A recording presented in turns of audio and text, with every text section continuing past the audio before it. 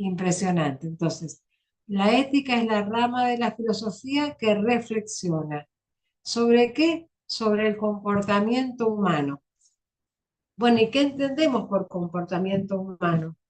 Y van a ser todos los actos que se realizan y que están atravesados por los valores, valores que uno trae desde que nace, en la cuna, se dice esos valores personales que uno mama desde la cuna, y los valores culturales que uno va adquiriendo en la medida que se va vinculando con otros que no son la familia de origen, como puede ser la escuela, como puede ser el club, como pueden ser los amigos. Y esos actos que realizan los humanos están también marcados por la cultura del momento. Y decíamos, la ética es una rama de la filosofía que reflexiona, ya vimos que reflexionar era doblarse, curvarse, mirarse por dentro sobre el comportamiento humano en su dimensión moral. Bueno, ¿y qué es la dimensión moral? Bueno, la dimensión moral la da el hecho de que no vivimos solos, sino que tenemos que vivir en sociedad, en comunidad. Entonces, la dimensión moral la da el solo hecho de compartir la vida con otros. Y para eso les traigo un segundo libro. Este libro yo se lo he puesto en PDF en la bibliografía de esta semana. Si bien les he puesto que no es el que entra en la segunda evaluación, se los pongo para que en algún momento le den una mirada. Yo les cuento, este libro está escrito por Fernando Savater. Fernando Savater es otro filósofo español como Adela Cortina, y el libro se llama Ética para Amador, porque Amador es su hijo. Entonces él en el prólogo va a decir algo así como que, querido hijo, te escribo este libro de ética porque no me atrevo se ve que Amador era adolescente en ese momento, a invitarte a que te sientes conmigo en la sala, en la cocina, donde fuera, a hablar de ética y que te levantes con un desplante o ver tu cara de aburrimiento. Prefiero escribir el libro, si no lo lees nunca y lo pones abajo de la cama o en la estantería, no me voy a enterar, pero yo me quedo tranquilo que te escribí lo que quería que supieras de ética. Ese es el prólogo del libro. Bueno, dentro de los capítulos, el capítulo séptimo está dedicado a este personaje que les traigo acá, Robinson Crusoe, un personaje de ficción en un libro escrito por Daniel Defoe, que es este mismo que vemos acá en una película animada y que narra la historia de un náufrago, el único sobreviviente a un naufragio de un barco, y que queda en una isla a la espera de que lo vengan a rescatar. Mientras tanto, en esa isla va a tener que aprender qué comer, porque hay cosas que le pueden hacer bien, hay cosas que lo pueden matar o envenenar. Va a tener que aprender qué fieras o cómo defenderse de las fieras salvajes, qué animales puede consumir, cómo resguardarse de las inclemencias del tiempo. Entonces va a tener que construir una especie de tienda, de carpa. Hasta ahí va todo bien, mientras él tenía una suerte de pizarrita donde iba marcando con cruces los días que llevaba en la isla.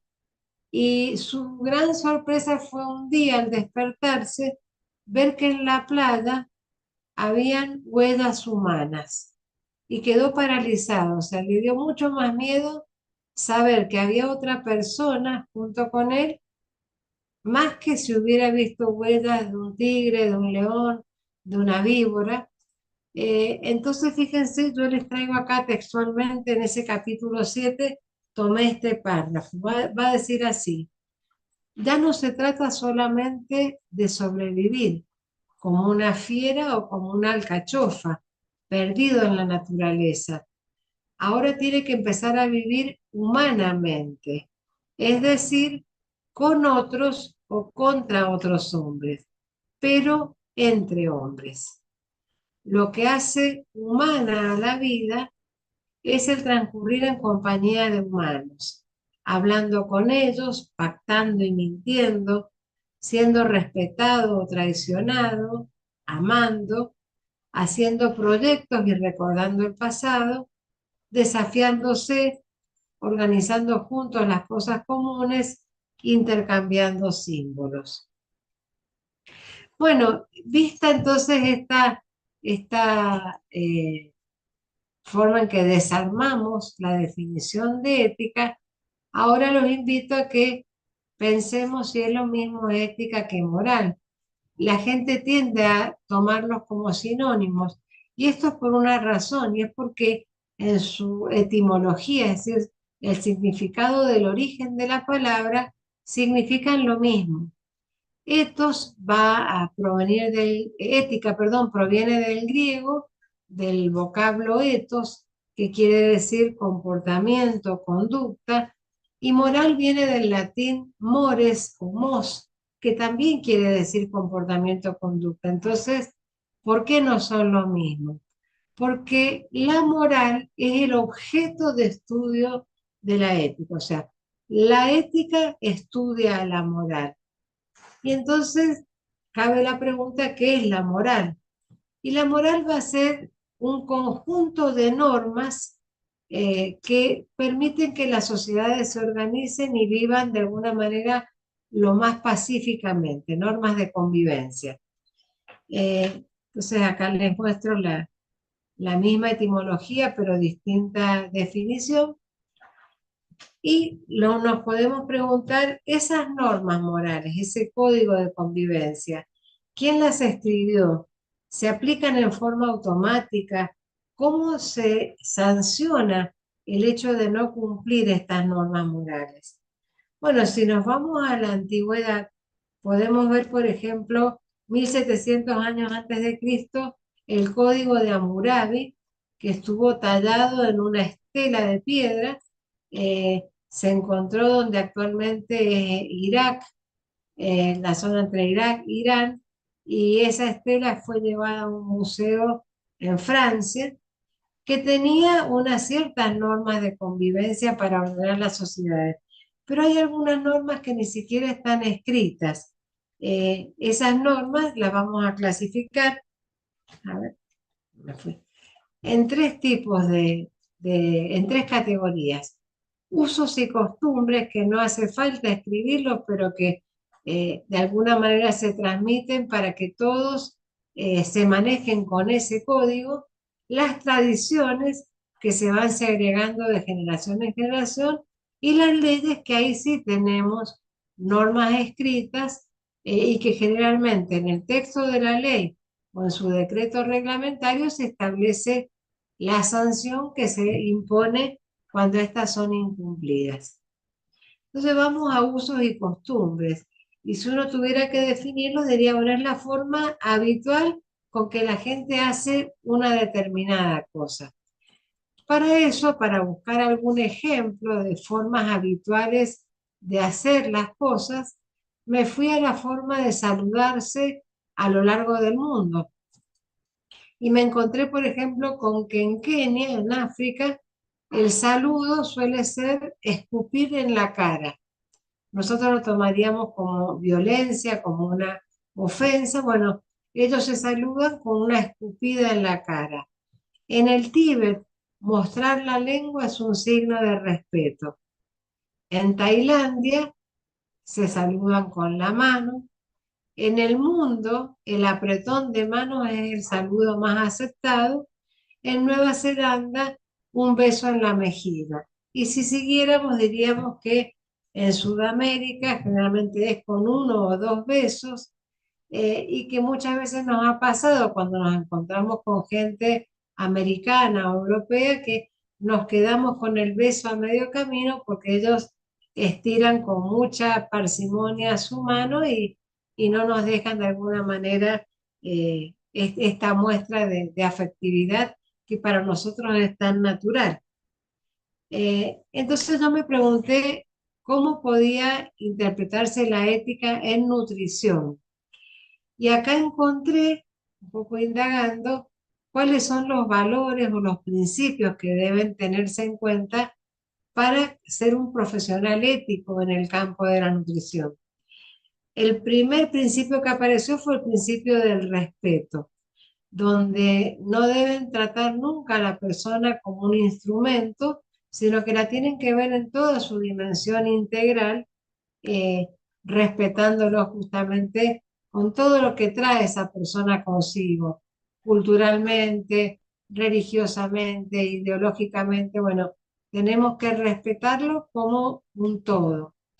La unicidad, cuando uno dice el nutricionista en la planeación y ejecución de su práctica con individuos y colectivos, ha de tener en cuenta la integralidad, inclusive sus hábitos, creencias alimentarias, sus sentimientos e imaginarios, sus condiciones económicas y sociales.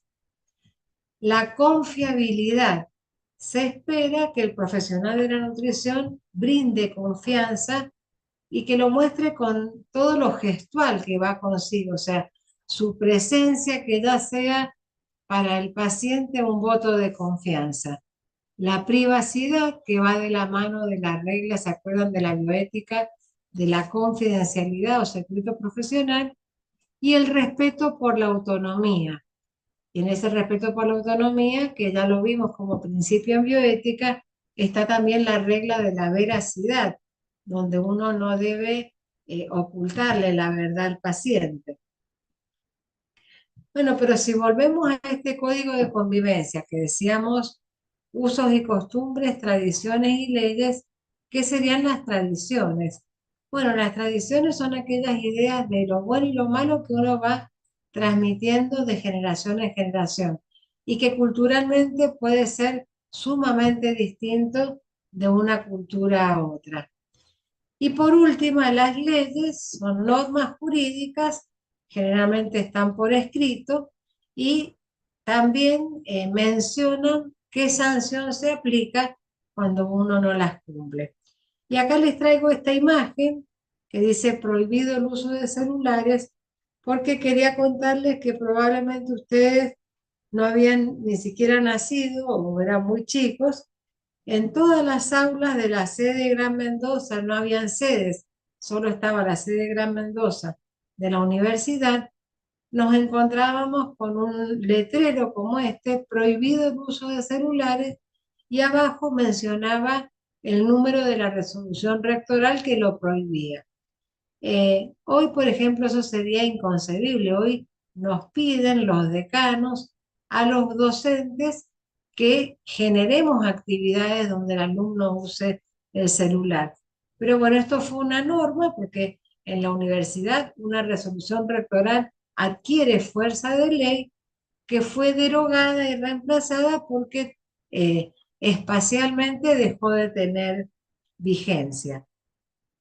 Las leyes no siempre por ser leyes van a tener siempre principios buenos. O sea, están las leyes positivas que abarcan principios como la defensa de la vida, la promoción y protección de la salud, pero hay otras que se apartan de esto, y entonces cuando esas leyes para algunos se apartan de los principios fundamentales, los profesionales de la salud tienen lugar a la objeción de conciencia.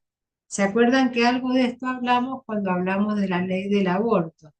Bueno, ustedes como futuros nutricionistas o licenciados en nutrición, yo como farmacéutica, los médicos, etcétera, etcétera, tenemos derecho a manifestar objeción de conciencia frente a algunas leyes. Y esto en realidad no tiene el espíritu de obstruir que la norma se aplique, sino que se nos respete nuestra decisión de que esa norma para nosotros es contraria a nuestras convicciones morales, éticas o religiosas, y que por ese motivo nos queremos abstener de tener que cumplirla. Y si vamos a las características, la objeción de conciencia siempre es individual, o sea que yo no puedo generalizarla para todo un instituto médico, un sanatorio, una clínica, sino que fulano de tal con nombre y apellido tiene que manifestar su voluntad de ser objetor, es pasiva porque lo que hace es no hacer algo, justamente es la ausencia o abstención de hacer alguna acción, y es pacífica porque en realidad no se pretende cambiar ninguna norma, sino simplemente abstenerse de cumplirla. Y entre los requisitos que nos van a pedir cuando uno se acerca al Ministerio de Salud para ser objetor de conciencia para ciertos temas, bueno, es la oportunidad, o sea, uno, por ejemplo, hoy en día no podría ir al ministerio y decir, yo soy objetor de conciencia de la eutanasia, porque la eutanasia hoy por hoy no es legal en la Argentina, entonces no es oportuno objetar algo que todavía no me obligan o no hay una ley que exija el cumplimiento de parte de los profesionales de la salud.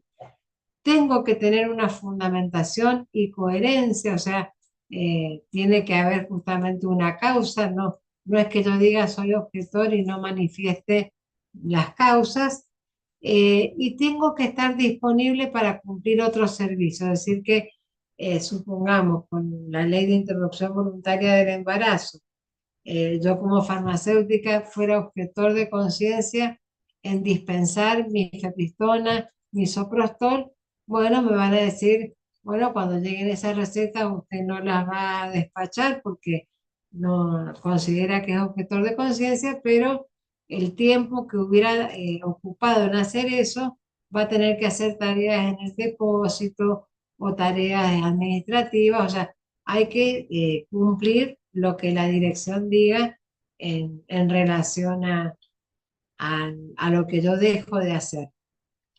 Bueno, ¿cómo vamos hasta ahí, chicos? ¿Alguna pregunta? ¿Algún comentario? Bien, profe, se entiende.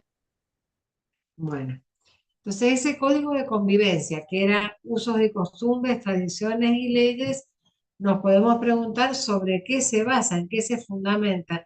Y se fundamenta en los valores. Entonces, cuando uno quiere definir qué son los valores, son los principios que van a guiar nuestro comportamiento. Y cuando uno le pregunta a un psicólogo, ¿cómo es esto de la escala de valores? Si tienen muchos o pocos valores, nos va a decir la psicología que en nuestra mente, en nuestra psiquis, los valores están ordenados de acuerdo a una jerarquía, esa famosa escala de valores. Yo acá traje una imagen que tomé de internet, pero que no necesariamente significa que esa sea mi escala de valores, porque si miráramos, por ejemplo, en el primer escalafón está el valor de la dignidad, la lealtad, la excelencia, que no digo que no sean válidos, pero fíjense en el último escalón está la honestidad, el compromiso, el respeto, la empatía, y probablemente para mí sean mucho más importantes la honestidad, el respeto y el compromiso que lograr la excelencia. A veces algo se hace no tan excelente, pero con mucho compromiso de las partes, con mucho respeto por las opiniones de los otros. O sea que esa escala de valores va a depender de cada uno. Y esos valores en nuestra mente, ¿cómo están?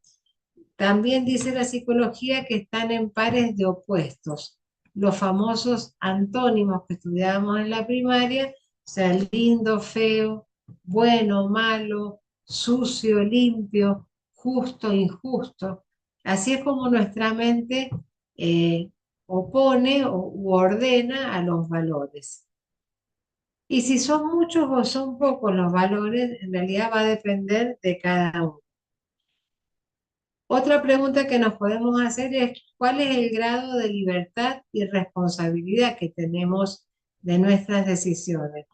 Bueno, la ética siempre va a requerir que para que un acto sea moralmente aceptable, tiene que estar hecho en un estado de total libertad y no bajo coacción o bajo de alguna manera una custodia de la libertad que no nos deja plenamente elegir lo que queremos hacer.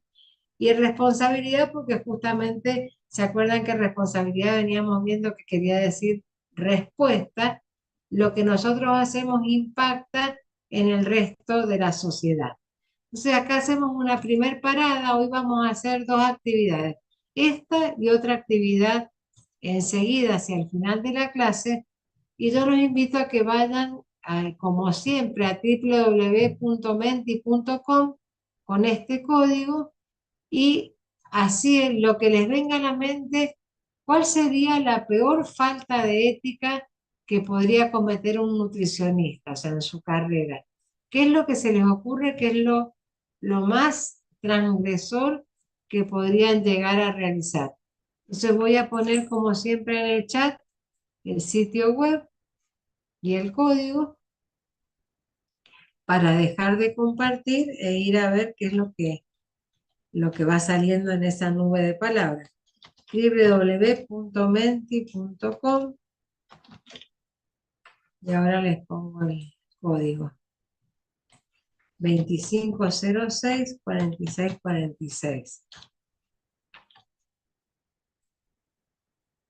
Ahí sí, dejo de compartir un segundito. Me voy a ir a ver quiénes están ingresando y comparto lo que vaya saliendo. A ver.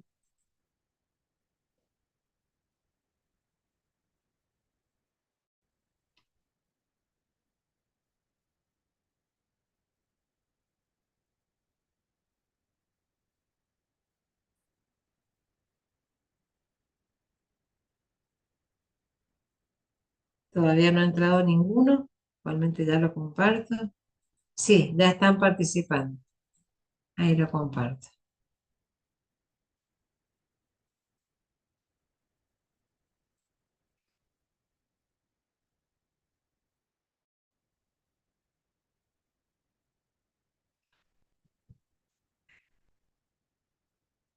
Esta mañana hacíamos esta nube de palabras con los alumnos de bioquímica y salía esto de falsear los resultados, eh, no hacer los análisis e inventar los resultados. Bueno, fíjense ustedes, en otro orden de cosas, dietas perjudiciales, suplementos sin autorización, falta de honestidad, dietas extremas, maltrato, dar soluciones mágicas, falta de respeto, no respetar a la persona.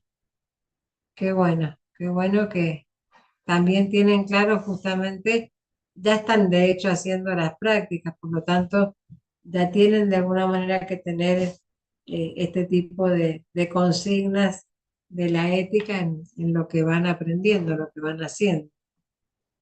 Manipulación de la enfermedad, indicar dietas sin evidencia científica.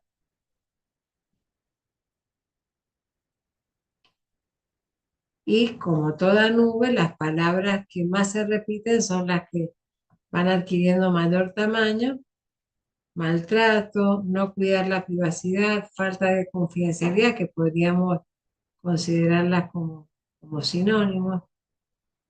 Muy, muy lindo lo que sale. Yo después lo voy a, esto sigue activo un par de horas más, yo después lo voy a compartir en el aula virtual.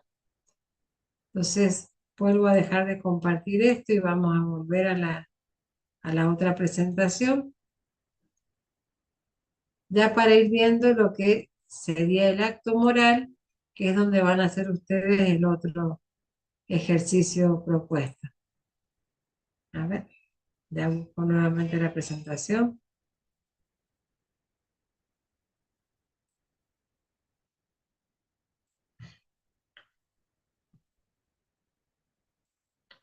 Ha quedado como bloqueado en el Menti. No hay problema, ahora sí.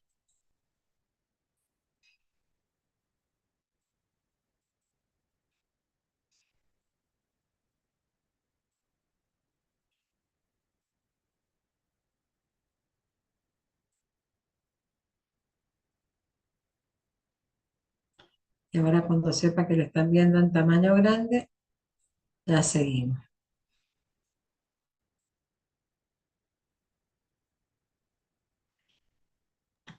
Bueno, entonces vamos a hablar de los valores y del acto moral, pero hablar de los valores, ¿se está viendo bien, chicos, ahí? Sí, profe, ahí se ve. Sí, profe. Bueno, porque tengo una leyenda que dice, por favor, alejar esta ventana de la aplicación compartida, pero a su vez la veo en tamaño completo. Los valores los vamos a dividir en valores personales y valores sociales. ¿Cuáles son los valores personales? Bueno, aquellos que eh, claro, me he ido muy para atrás. Son aquellos que yo les decía, se maman desde la cuna, y que cada persona va a construir su propia escala. Valores afectivos, valores estéticos, valores religiosos. Y obviamente impacta sobre esto la cultura en la que uno está inmerso. Y los valores sociales, que son los que nos sirven para movernos en comunidad, que uno va adquiriendo a lo largo de la vida cuando empieza a alfabetizarse en la escuela, luego en las instituciones deportivas o artísticas, y así en el mundo laboral, valores morales, valores intelectuales, valores económicos. Ahora, ¿cómo hacemos para respetar esa escala de normas que eran los usos y costumbres, las tradiciones, las leyes? Bueno, acá es importante que distingamos dos cosas, que uno haga las cosas porque está convencido, o sea, que su conducta sea una conducta autónoma, o bien que haga las cosas por miedo al castigo que implicaría no hacerlo o al premio que voy a recibir. Y esto habla de una conducta heterónoma. Entonces, ¿cuándo actuamos a veces bajo esta conducta heterónoma? Por ejemplo, uno en el día a día cuando va a estacionar y busca justamente no estar junto al cordón pintado de amarillo, hay que plantearse si lo hacemos porque estamos respetando la salida de la cochera de tal o cual persona o porque tenemos miedo de la multa que nos puede llegar antes de renovar el carnet de conducir por el solo hecho de transgredir esta norma. Entonces, en las distintas situaciones a las que nos enfrentemos es bueno pensar, ¿estoy haciendo esto por convicción o lo hago por miedo al castigo o al premio? Y bueno, y ya llegando a la última parte de la clase, vamos a hablar del acto moral, porque cuando definimos a la ética dijimos es la rama de la filosofía que reflexiona sobre el comportamiento humano en su dimensión moral. Entonces, un acto moral es una acción que puede ser valorada como buena o como mala, o sea que no porque se llame acto moral necesariamente es algo bueno. Y necesita dos requisitos. Necesita que el sujeto que lo realiza sea libre y por otro lado que entienda lo que está haciendo, que tenga inteligencia y voluntad. Entonces quedan eximidos de estos actos morales las personas que por alguna causa tienen una deficiencia mental que no pueden comprender del todo si lo que están haciendo es bueno o malo, o personas con alguna enfermedad neurodegenerativa que tampoco entienden la bondad o la maldad de una acción. Y lo de la libertad, por ejemplo, siempre pongo el ejemplo de qué pasaría si nosotros somos secuestrados y como rehenes de otros nos obligan a, no sé, robar un banco, hacer quemar un predio, lo que sea, bajo amenaza de muerte. Bueno, en esa situación está mal lo que nos piden hacer, pero no somos libres para poder decir que no, porque en realidad está el impedimento de la violencia con que nos exigen o el miedo. Bueno, y el acto moral se estructura en ciertos elementos, que esto es lo que vamos a analizar en el ejercicio al final de la clase. Siempre debe estar presente quien lo realiza es un sujeto moral. Sujeto moral que puede ser una sola persona o puede ser un grupo de personas. Ese sujeto moral tiene que tener un motivo por el cual va a realizar ese acto. Además, tiene que tener conciencia del fin que se persigue. ¿Qué quiere decir esto? Que antes de realizar el acto, es como que pudiera ver el final de la película. O sea, sabe perfectamente uno que si uno hace tal o cual cosa, va a pasar esto al final. Tiene que haber elección. ¿Qué quiere decir esto? Que tiene que haber otros caminos, que no es el único atajo, el único camino ese que yo elijo realizar. Tengo que tomar la decisión de hacerlo, tengo que buscar los medios para hacerlo, tengo que pensar en qué circunstancias, en qué entorno me está ocurriendo este hecho por el cual voy a cometer un acto moral. Y por último, los resultados, que no es otra cosa que realizar el acto moral propiamente dicho. Yo ahora los voy a definir uno por uno, pero para que esto no quede como algo difícil de comprender porque no le ponemos acciones o no le ponemos ejemplos, vamos a trabajar entonces con una actividad por la cual a cada uno de estos elementos le vamos a poner una acción. Bueno, ¿quién es el sujeto moral? Es el individuo que, se acuerdan, tenía que ser libre y tener inteligencia para entender que va a realizar el acto moral. Cuando hablamos de motivos e intenciones, son justamente las causas que nos llevan a actuar de determinada manera. Ahora, podemos tener buenos motivos o podemos tener malos motivos para realizar ese acto moral. Tener conciencia del fin que se persigue, yo les decía, es como poder ver, visualizar el final de la película, qué va a pasar. Es como anticipar el resultado que se pretende alcanzar. La decisión es la capacidad que tiene un sujeto de, por su propia libertad y autonomía, de elegir tal o cual camino. El poder de elección, justamente según los valores que uno sopese, va a tener caminos que se contraponen muchas veces. Los medios, es decir, analizar qué necesito para realizar y para llegar al fin que he elegido. Y acá hay una consigna en ética, es que los medios deben ser tan buenos como los fines. Y aparece la pregunta, ¿y entonces los fines justifican los medios? Fíjense, los medios deben ser tan buenos como los fines.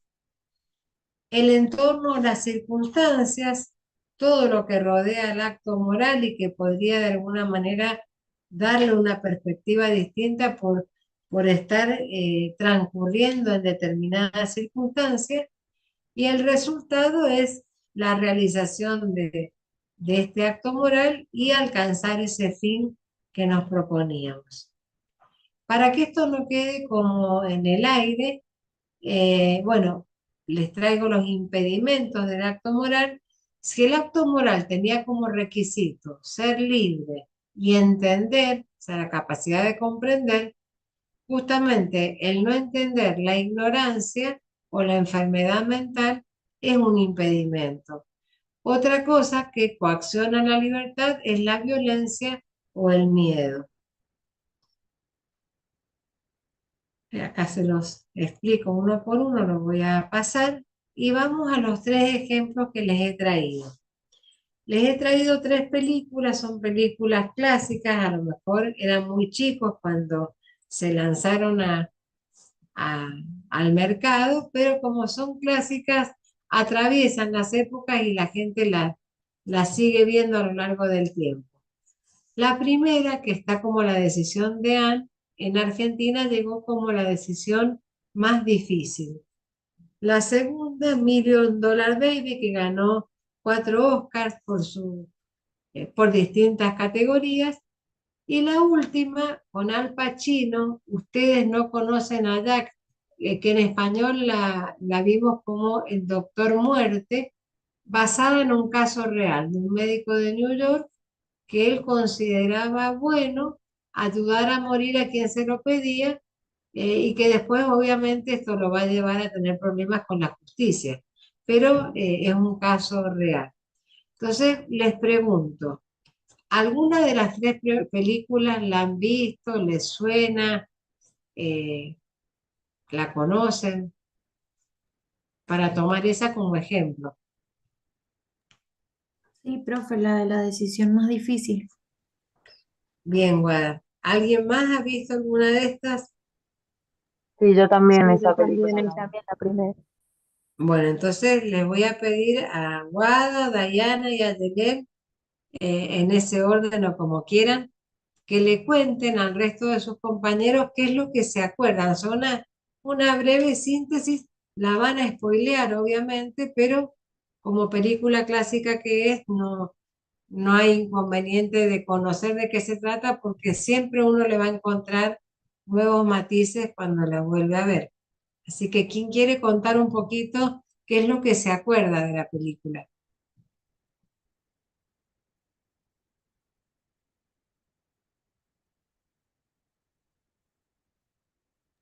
Y no, se trataba de una chica que tenía cáncer, Sí, la que está entonces acá abajo.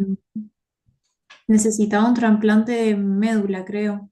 Sí, Eh, y no habían encontrado el donante, entonces la familia decide tener más hijos hasta que tienen a la nena más chiquita, que era compatible con la hermana. Y bueno, le había ahí hecho te sí, paro un segundito, Guada. ¿Se acuerdan cuando presentaron los documentales hace unas 2 o 3 clases, que alguien habló de los bebés de diseño o bebés medicamentos? Que serían esos embriones que se seleccionan porque son compatibles con, en este caso, para ser donantes de órganos. O sea que en esa película, como discretamente, se habla de esto, de que se hizo una fertilización in vitro para elegir cuál era el embrión que servía como donante de la hermana. Adelante, Guada, ¿qué más ibas a agregar? sí, justo a nosotras nos tocó ese tema, que lo relacionamos como bastante con esto de la película, eh, justamente por eso, porque cuando tienen a la nena como que le hicieron un montón de tratamientos y todo para poder ayudar a la hermana. Y bueno, y lo último que necesitaba, no sé si era que le donara médula y no sé si algo más, Un riñón. y ella ya no quería. Entonces, como que la madre la quería obligar, pero la nena, al ser menor de edad, quería ver si se podía como emancipar, digamos, o poder tomar su propia Emancipar. decisión de si ella quería o no ayudar a la hermana. Y bueno, como que era ese el conflicto en la película más que todo. Bien. Dayana, Claro, Mayelén, ¿quieren agregar algo? A ver. y al final resulta que la hermana que tenía cáncer era la que le había pedido que no hiciera más eso porque ya estaba cansada de luchar y la madre no, como que no la entendía, no le iba a aceptar, entonces quería que directamente su hermana menor dejara de ser esa donante para que ella pudiera como descansar. Esa es lo Así, que o se sea que descubre. en realidad el pedido fue de la hermana mayor que ya quería morir en paz, o sea, ya sabiendo que no había muchas chances, no quería ese encarnizamiento terapéutico de seguir insistiendo sobre algo que no iba a mejorar. Bueno, gracias porque han hecho una síntesis para sus compañeros, los que no la conozcan, pero entonces, con esto que han explicado, yo me voy a ir para atrás a los elementos del acto moral y vamos a analizarlo. Y acá pueden pasar distintas cosas, que nos pongamos como sujeto del acto moral en el lugar de la hermana mayor, en el lugar de la madre, en el lugar de la hermana menor. Entonces, vamos a hacer ese ejercicio, justo son tres las que la han visto, entonces lo vamos a hacer con los tres sujetos distintos. Así que la invito a Guada que se ponga en el lugar de sujeto moral de la hermana menor. La hermana menor, el acto moral que va a cometer es buscar un abogado para emanciparse. ¿Cuáles serían los motivos de ese acto moral? Y que ella ya no quiere seguir sometiéndose a esos tratamientos tan invasivos. Bien, dejar de donar sería de alguna manera, está bien. Ujú. Ella es consciente de qué va a pasar si lo consigue, este fin que se persigue, si ella logra justamente su cometido, puede ver qué va Sí, a pasar, sí, yo creo que sí era consciente. o sea que es consciente de la muerte de la hermana que va a Sí. terminar ocurriendo. Ujú. ¿Tuvo algún poder de elección esa hermana menor? O sea, la única salida que tenía era emanciparse y dejar de donar.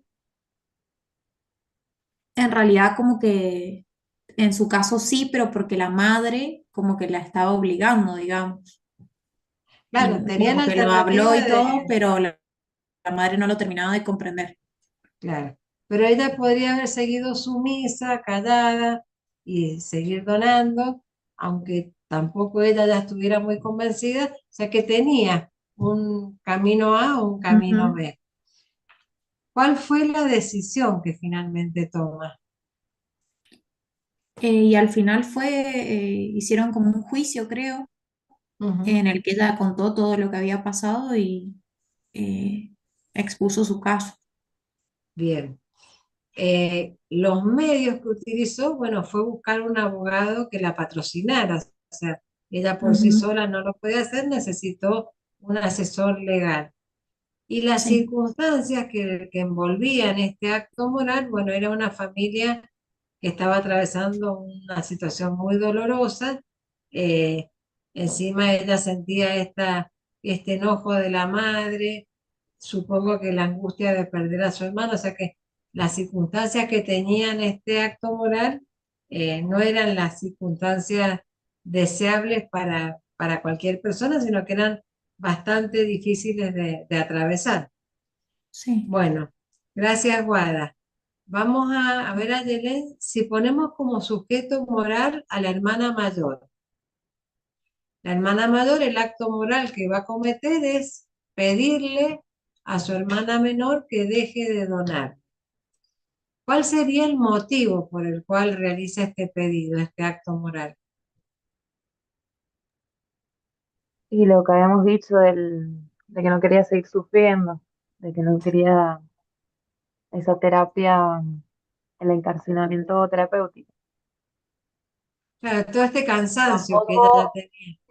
yo creo que también como que seguir sometiendo a la hermana a eso que al final creo que lo último era lo de donar el riñón y es como que es una petición bastante grande, entonces yo creo que también va por ese lado. Bien. Puede ser La una... hermana mayor era consciente de cómo iba a terminar esto, si realmente se daba lugar a su deseo de que la hermana deje de donar, era consciente de su propia muerte. Sí, sí, era consciente. Bien. ¿Tuvo algún otro poder de elección? Y sí, seguir con el tratamiento con el que venía, que la hermana le siga La, donando. la hermana o a lo mejor algunas nuevas drogas o lo que fuera, habían otras vías y para seguir intentando. Bueno, la decisión que toma es seguir adelante con esta, sostener a la hermana menor para que deje de donarle. Los medios que utilizó, en este caso el medio fue la conversación que sostuvo con su hermana previamente y las circunstancias son las mismas, una familia atravesada por una enfermedad terminal de alguien muy joven que es algo dolorosísimo de atravesar. Y bueno, y podríamos seguir poniendo como sujeto moral a la madre, y ahí podríamos decir que el motivo que la madre le lleva a pedirle a la hija menor que siga donando, obviamente ningún padre quiere perder un hijo, o sea, quiere morir antes que un hijo, entonces podríamos decir que su motivo no es que sea egoísta, es de una madre, más allá de que no entendía bien que ya no tenía sentido todo esto. La conciencia del fin que perseguía, ella en realidad quería la vida de su hija mayor. El poder de elección podría haber sido entrar a un banco de donantes, esos bancos genéticos donde uno a veces tiene una lista de espera corta o larga, pero no necesariamente sería su otra hija. Bueno, toma la decisión de este embarazo y de que esta hija sea compatible. Los medios serían la reproducción asistida y demás. Y las circunstancias, bueno, una hija, la primera hija nacida de esa familia con una leucemia gravísima que ella no podía admitir que la iba a llevar a perder a su hija a muy corta edad. Y el resultado es la muerte de la niña. Entonces, esto es para que vean que un mismo grupo de personas cometiendo cada uno un acto moral complementario a una misma historia, va a tener o va a realizar estos elementos del acto moral, obviamente, en forma diferente. Así que con este concepto de ética, el código de convivencia, los valores y el acto moral y sus elementos, con esto sumado a la clase magistral que da la filósofa de la Cortina, habríamos sintetizado lo que es la introducción a la ética. Así que yo voy a dejar de compartir para escucharlos a ustedes si hubiera algún comentario, duda, pregunta.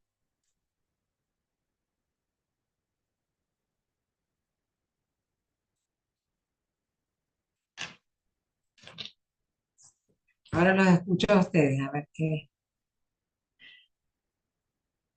quieren agregar, algo que no se haya entendido.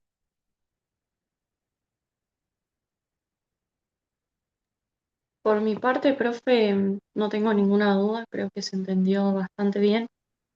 Em, Me quedaría ver el video y participar en el foro. Bueno, gracias, Dayana. ¿Alguien más quiere comentar algo?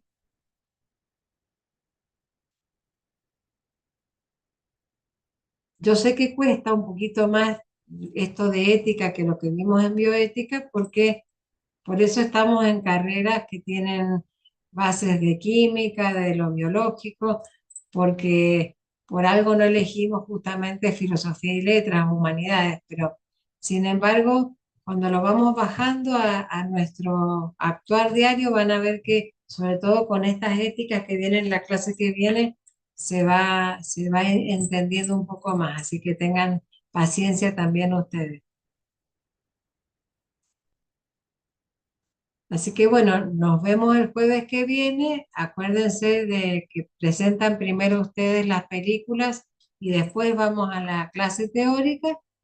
Y bueno, y estoy atenta en la plataforma a cualquier consulta, cualquier duda que vaya surgiendo. Profe, disculpe, Sí.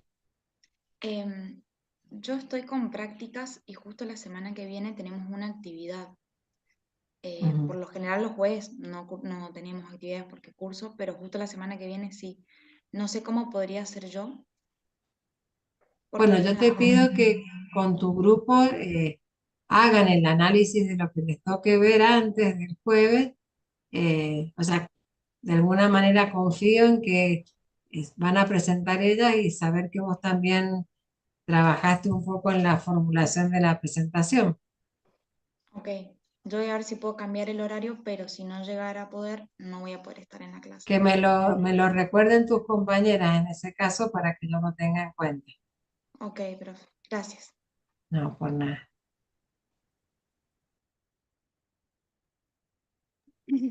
Profe, Sí, los grupos y qué documental le toca a cada grupo, bueno, en realidad qué documental le toca a cada grupo está en la plataforma, pero por ejemplo, quién es grupo A, quién B, quién C, y eso cómo lo digo. no, las letras me parece que son para los grupos de sede de Gran Mendoza. Ustedes están con los números, si no me equivoco, excepto el grupo F. Me parece que era así, o al revés, las letras para ustedes. A ver, Sí, ya, sí, Al revés, profe, las letras eran para nosotros. claro.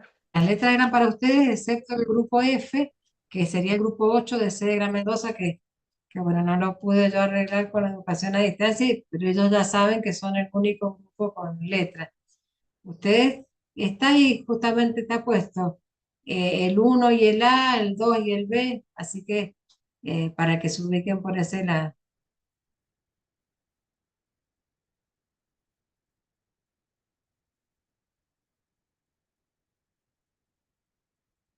¿No hay preguntas? No, No, profe, por ahora no. Bueno, nos vemos el jueves que viene, que ahí sí va a ser un poquito más larga la clase, tanto por las presentaciones como por los contenidos. Y bueno, esta invitación a ver la parte de ética desde la postura de que lo van a terminar entendiendo, no con una cerrazón y decir esto es filosofía pura y no lo entiendo ni me gusta o lo que sea, sino que bajen la barrera así que uno por ahí se pone y bueno, comiencen a leer, van a ver, esta mujer, las que no lo han escuchado, van a ver que les aclara esto, ¿para qué sirve la ética? Ese es el espíritu de la entrevista. Así que bueno, nos vemos el jueves próximo, chicos, y gracias por su presencia. chao, profe. Bueno, Nos profe, vemos, gracias. profe. No, profe, gracias. Adiós. Adiós, profe. Gracias.